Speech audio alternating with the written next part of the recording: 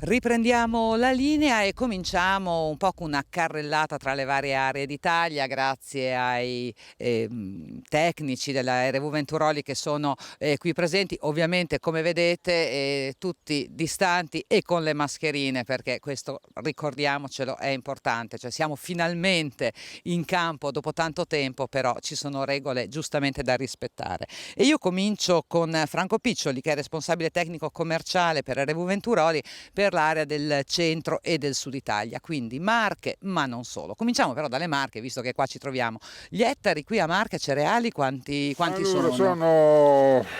no, all'incirca, non è una stima molto precisa, saranno 250.000 ettari, di cui 150.000 sono a grano duro, 50.000 di orzo, 30.000 di tenero, e poi ci sono cereali minori, vabbè, farro e altre cose, insomma. Lei ovviamente segue le Marche, però segue anche il Molise, insomma si sposta anche verso sud. Delle Marche abbiamo detto problema siccità che ha pesato come in tutto il centro-nord, e nelle altre regioni? Ma anche nelle altre regioni, perché io ho avuto notizie proprio ieri pomeriggio nella zona di Latina, dove là fanno l'ibrido per insilato e quindi hanno cominciato a trinciare. Purtroppo le produzioni non sono il massimo, ecco. Siamo al 40% in meno, hai capito, rispetto al 2018 e 2019. Quindi la zona di Latina è ibrido da trinciato, zona delle Marche ci diceva appunto preponderante il grano duro, e gli ibridi come stanno andando in questo? Gli ibridi da noi si utilizzano, ma siccome il tenero nelle Marche 30.000 ettari sarà, non è che quindi ne facciamo chissà, poi si fa soprattutto in zone nell'entroterra, zone pedomontane o collinari, e quindi fanno dei tradizionali più che ibrido, usano, qui per esempio noi lavoriamo molto bene sia col Mirvar che col Chameleon, con produzioni molto buone. Orzi ibridi che sono un po' con la novità, che cosa si aspetta? Orzi ibridi, sì, orzi ibridi ne fanno da noi, adesso quest'anno proviamo a lanciarli. Io secondo me con l'orzo ibrido possiamo fare un ottimo lavoro, perché lo usano sia da trinciato e sia da granella, e quindi quello è un alternativo che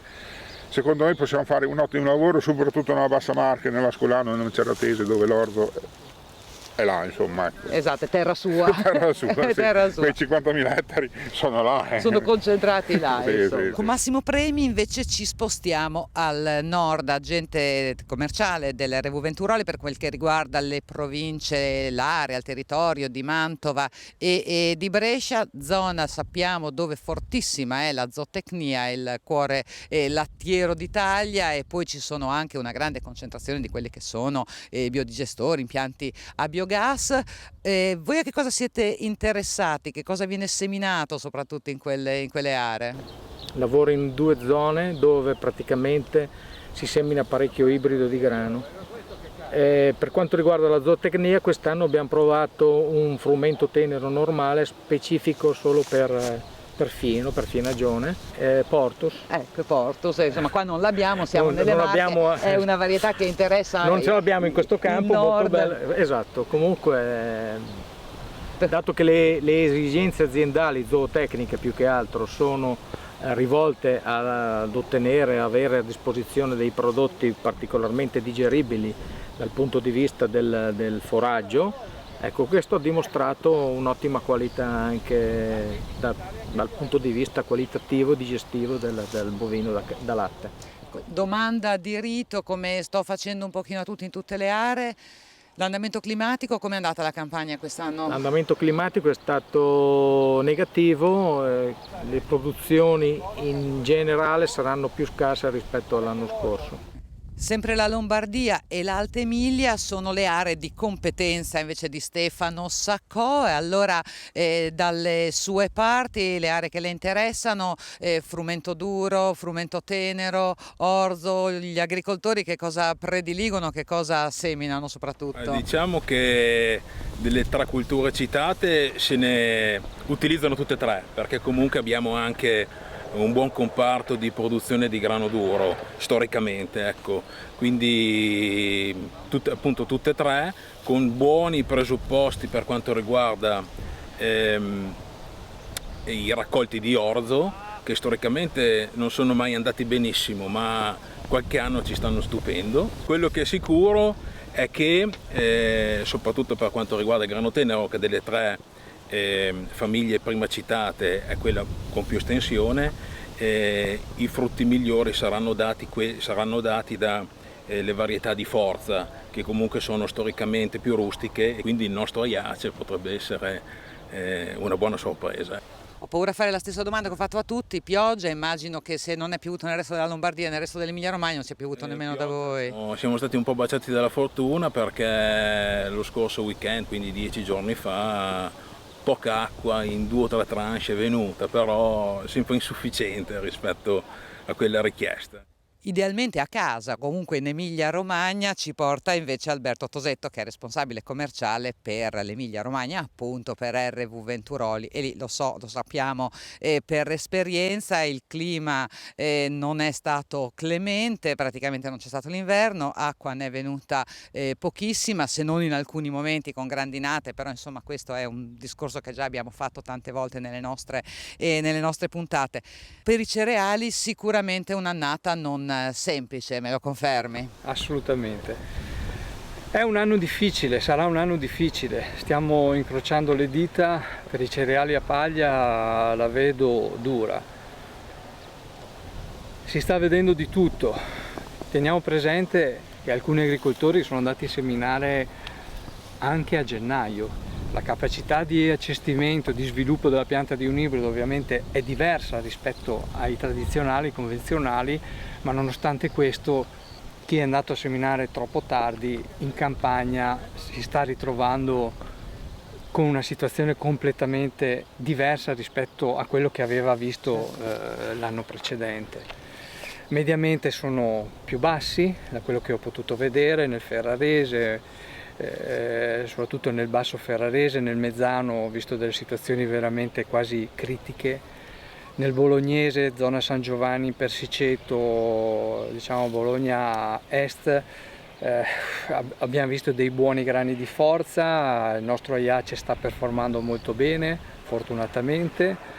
Taglie medio-basse anche lì, fortunatamente qualcuno ha potuto irrigare e lì abbiamo delle situazioni quasi normali, ma dove non è venuta acqua veramente siamo messi male, ecco. Il panorama è disarmante, abbiamo sentito in tutte le aree d'Italia la problematica della siccità è la stessa, ritorna, e credo che anche in Veneto, dove ci porta Stefano Fornaro, la situazione sia la medesima, o forse magari c'è qualche area un pochino più fortunata del Veneto, ma molto difficile anche da voi la situazione. Purtroppo devo confermare e continuare sulla scia di quanti mi hanno preceduto. Perché? Perché anche in Veneto l'ultima pioggia utile, almeno parlando della parte meridionale del Veneto, è quella caduta ai primi giorni di marzo. Da allora in poi solamente sporadiche precipitazioni di 2-5 mm mediamente. Diverso invece la parte settentrionale del Veneto, dove ultimamente un po' d'acqua c'è stata e quindi lì la situazione è più positiva, diciamo così. Volendo trovare una nota positiva ci riferiamo alla cultura degli ibridi. Gli ibridi di grano in questa situazione difficile, particolarmente difficile, si stanno esaltando. Probabilmente il loro apparato radicale è molto più sviluppato rispetto ad una varietà e la loro rusticità superiore sta dimostrando una pianta che si comporta come gli altri anni, almeno al momento, è verde anche nella parte sottostante della pianta e le spighe hanno dimensioni equiparabili a quelle di annate più favorevoli dal punto di vista meteorologico. Noi il grano, l'orzo, i cereali li vediamo in campo, non dimentichiamo però che tutto questo lavoro è finalizzato poi all'uso, alla trasformazione, all'alimentazione umana in gran parte, ovviamente non per tutti però per molti, e proprio per questo, per puntare sulla trasformazione partendo da filiere di qualità, abbiamo con noi Gualtiero Gigante, ricerca e sviluppo del Molino Rachello, tra l'altro una realtà che noi abbiamo conosciuto in una delle delle nostre puntate, delle prime puntate. E allora Gigante, diciamo il concetto di filiera l'avete sposato da tempo, però in realtà siete andati anche oltre, noi questo un poco l'abbiamo raccontato con queste oasi Rachello, e siete molto affezionati a una varietà in particolare che per le vostre destinazioni e per i vostri territori credo sia quella che dà delle performance incredibili. Beh, diciamo che il concetto che vuole perseguire il Molino Rachello è quello di un'agricoltura sostenibile. Sappiamo benissimo che l'agricoltura sostenibile ha 3 concetti: ambientali, sociali, ma anche di reddito. Quindi noi, per valorizzare le nostre filiere, che comunque vengono fatte in territori selezionati, andiamo sempre alla ricerca di prodotti che possono dare la massima soddisfazione all'agricoltore e anche al mulino. Da un paio d'anni a questa parte abbiamo avuto l'opportunità di provare la varietà Iace, si è dimostrata subito molto interessante per il mulino, ma la cosa importante è che è interessante per l'agricoltore, perché rispetto ad altri competitori della stessa categoria dei frumenti di forza si sta dimostrando anche più produttivo, pur mantenendo le caratteristiche che il mulino vuole. Ricordiamo un pochino quelle che sono le aree del Molino Rachello, è l'area del Veneto, giusto? Diciamo che il Molino Rachello ha 3 aree di produzione: Friuli, Veneto e Toscana, quindi noi abbiamo anche un occhio per il centro Italia, che è legato più che altro ad essere coperti in caso di andamenti climatici un po' anomali, no? Come stiamo vedendo. Come stiamo vedendo quest'anno. Esatto. Chiudiamo questo nostro viaggio un pochino in giro per l'Italia con, mi auguro, un messaggio di speranza, sicuramente un messaggio di presenza. Gabriele Gasbarrini, responsabile sviluppo prodotti per RV Venturoli. Mesi difficilissimi, sicuramente il peggio è passato, però è comunque difficile ancora adesso. L'agricoltura non si è mai fermata, anche se ha lavorato con molte difficoltà. Voi comunque siete rimasti al fianco degli agricoltori, a fianco ci sarete, ci sono state tante novità, quindi insomma avete continuato a lavorare e a crederci. Certamente, noi dobbiamo come azienda cercare di aiutare l'agricoltura italiana, e per questo motivo abbiamo continuato a lavorare anche in questo periodo di quarantena, e abbiamo organizzato questa giornata perché come azienda siamo un'azienda piccola, però anche unica, perché siamo l'unica azienda in Italia ad aver avuto le 3 varietà più coltivate nella storia italiana: il Serio, il Bolero e il Bologna, e la prima azienda italiana ad aver portato il sorgo in Italia, e quindi cerchiamo di essere innovativi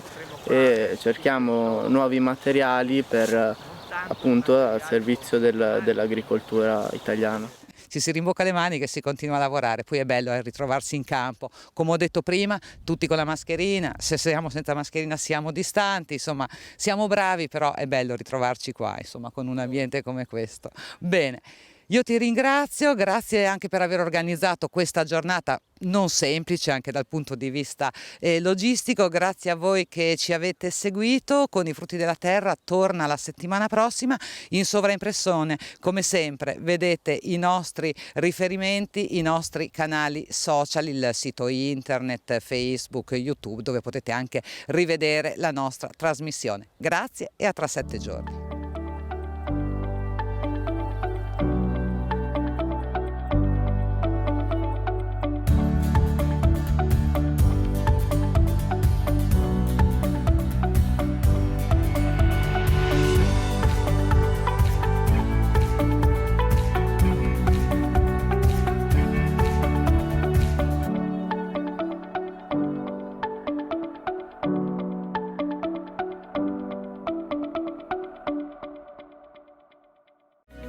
In collaborazione con